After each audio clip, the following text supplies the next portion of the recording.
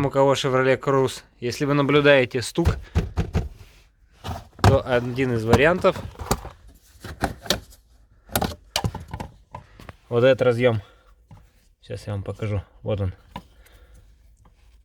То есть у вас шуба стоит на жгуте, здесь все закреплено, а сам разъем бьется об железную стойку. Так что стоит всего лишь зафиксировать.